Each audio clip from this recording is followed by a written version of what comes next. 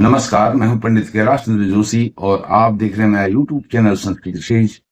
आपका बहुत स्वागत अभिनंदन है मेरे चैनल में। मित्रों, यदि आपकी मेष राशि है तो यह वीडियो आपके लिए है और यह सूर्य नारायण भगवान के गोचर पर आधारित एक महीने की वीडियो है। 15 मई 2025 से 14 जून 2025 तक की, और यह आपकी जन्म राशि, चंद्र राशि, मून साइन पर आधारित है।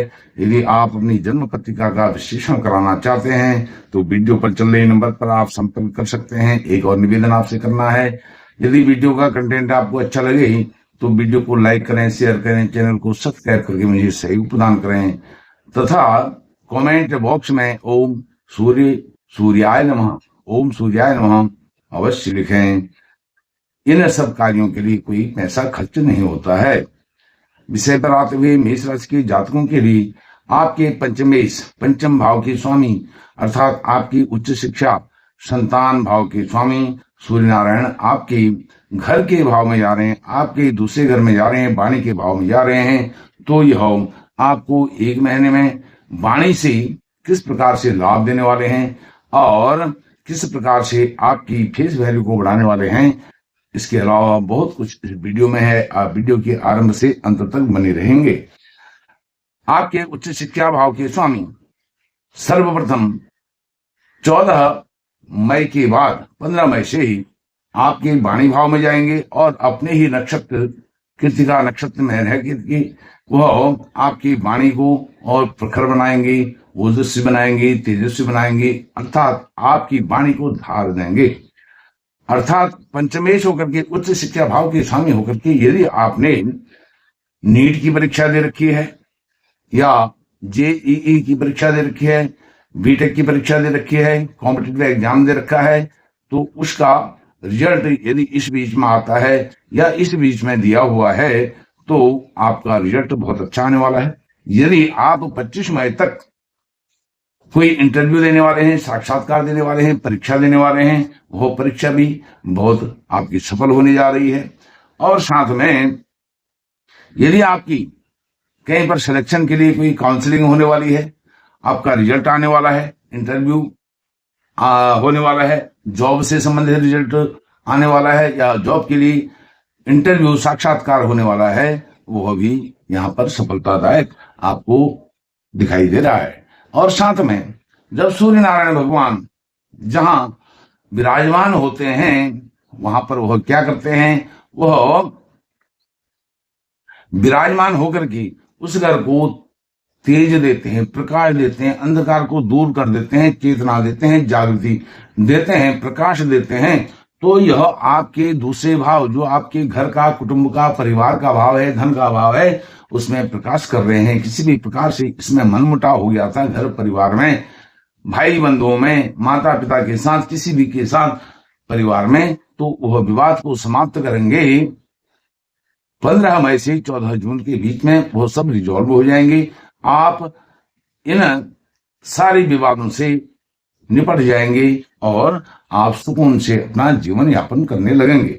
एक महीने में यह स्थिति है। और विशेष करके 15 मई से 25 मई के बीच में अधिक संभावनाएं हैं आपके कोई भी विवाद घर से संबंधित है या आपकी वाणी को लेकर के किसी ने बुरा मान लिया था, तो वह सब आपके लिए यहाँ पर सफलतादायक हैं।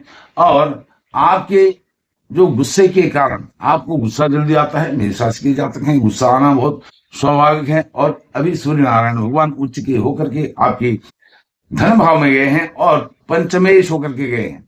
पंचमेश होकर के जब वो वहां पर गए हैं तो आपके संतान का सुख, संतान से संबंधित जितनी भी बाधाएं थी उन बाधाओं को दूर करेंगे।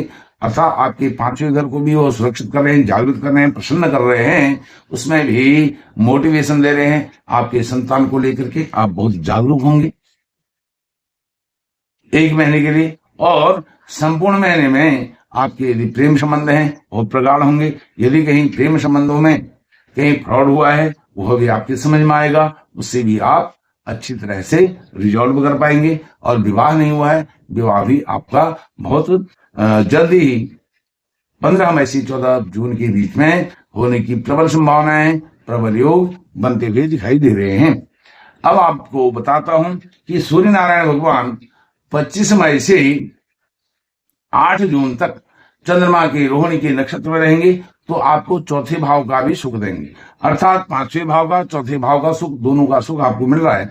प्राइमरी एजुकेशन के आप विद्यार्थी हैं तो 8 जून तक आपकी जो आप यदि पीरियड में हॉलीडेज में रहेंगे 25 मई से 8 जून तक, तो आपका हॉलीडेज बहुत अच्छा होने वाला है, बहुत अच्छा एंटरटेनमेंट होने वाला है उसमें। और आपके होमवर्क होते हैं उस बीच में, होमवर्क से आप फ्री होकर के आप अपना एंटरटेनिंग जो जीवन है उसको बिता सकते हैं। माता के साथ अच्छा आपको मिलेगा लाड़ प्यार वात्सल्य प्रेम, और साथ में नानी से भी बहुत लगाव लाड़ प्यार वात्सल्य प्रेम आपको मिलने वाला है। अर्थात ननिहाल से भी आपको बहुत कुछ यहाँ पर अच्छा रिजल्ट मिलता हुआ दिखाई दे रहा है। अब बात करता हूं, यह 8 जून तक का बता रहा हूं। 8 जून से 14 जून तक सूर्य नारायण भगवान रहेंगे मृगशिरा नक्षत्र में। मृगशिरा नक्षत्र मंगल का नक्षत्र है, अर्थात जहां सूर्य नारायण भगवान उच्च के होते हैं। अब सूर्य नारायण भगवान क्या है मेष राशि के लिए, थोड़ा सा इसके विषय में आपको बताता हूं।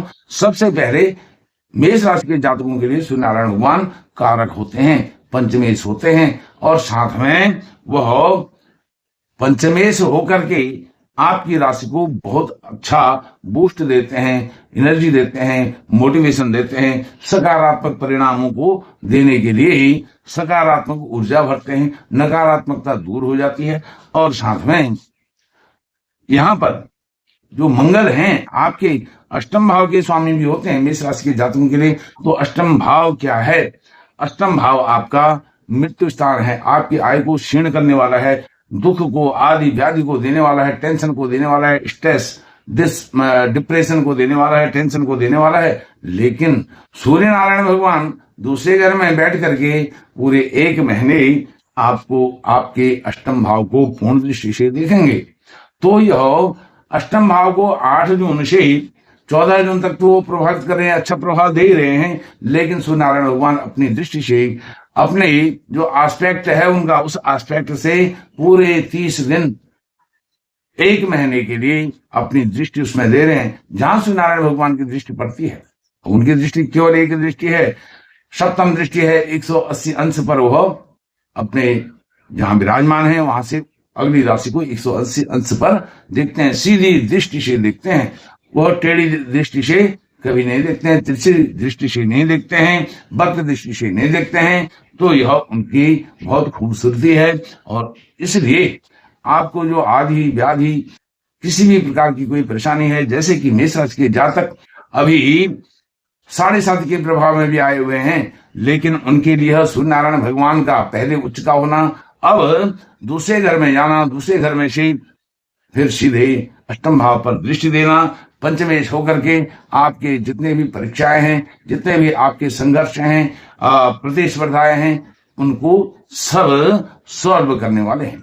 और साथ में चौथे भाव के जब वो चंद्रमा के नक्षत्र में रहने वाले हैं 25 मई से 8 जून तक, तो भौतिक सुख संसाधनों में भी वो प्रकाश देने वाले हैं। अर्थात भौतिक सुख संसाधनों के चक्कर में आप बहुत अधिक पैसा खर्च कर रहे हैं, तो उसको नियंत्रित करेंगे। जितना आपको आवश्यक है उतना ही आपको करने के लिए प्रेरित करेंगे। यह नहीं कि आपके पास एक गाड़ी पहले से है, आप दूसरी गाड़ी, तीसरी गाड़ी, 2-4 गाड़ियां और ला करके खड़ी कर लें, यह करने की आवश्यकता नहीं है। इसके लिए रोक लगाएंगे, अच्छा सकारात्मक, अर्थात आपको वो प्रकाश देंगे, ज्ञान देंगे, ज्ञान से आपको भर देंगे।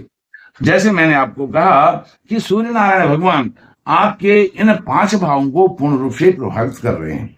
अब पूर्ण रूप से प्रभावित करने से वो जिस भाव को देखते हैं, जहां स्थित रहते हैं, जिन जिन नक्षत्रों से उनका गोचर होता है, इस कारण से इन 5 भावों को आपके वह बढ़ा रहे हैं। अब आपकी फेस वैल्यू, क्योंकि दूसरे घर में जा रहे हैं, फेस वैल्यू को भी बढ़ाएंगे। साथ में आपकी जो शालीनता है, शालीनता आपकी बनी रही, किसमें? बातचीत में। आप किसी से वार्तालाप करें, लेन देन से संबंधित कोई कमिटमेंट कर रहे हैं, उसमें बातचीत का एक सलीका होना चाहिए। उस सलीके से बाहर जाएंगे तो आपको नुकसान हो सकता है। बातचीत में शालीनता, भागपटुता का ध्यान रखते हुए आपके बिगड़ते हुए काम बनेंगे। और सूर्य नारायण भगवान को रोज अर्घ दें और एक मंत्र ओम सूर्याय नमः मंत्र का जप करें। इसी मंत्र को ओम सूर्याय नमः कमेंट बॉक्स में भी लिखें। सूर्य नारायण भगवान आपका सर्वविध कल्याण करें। इन्हीं शब्दों के साथ में अपनी वाणी को विराम देता हूं। बहुत बहुत धन्यवाद। नमस्कार।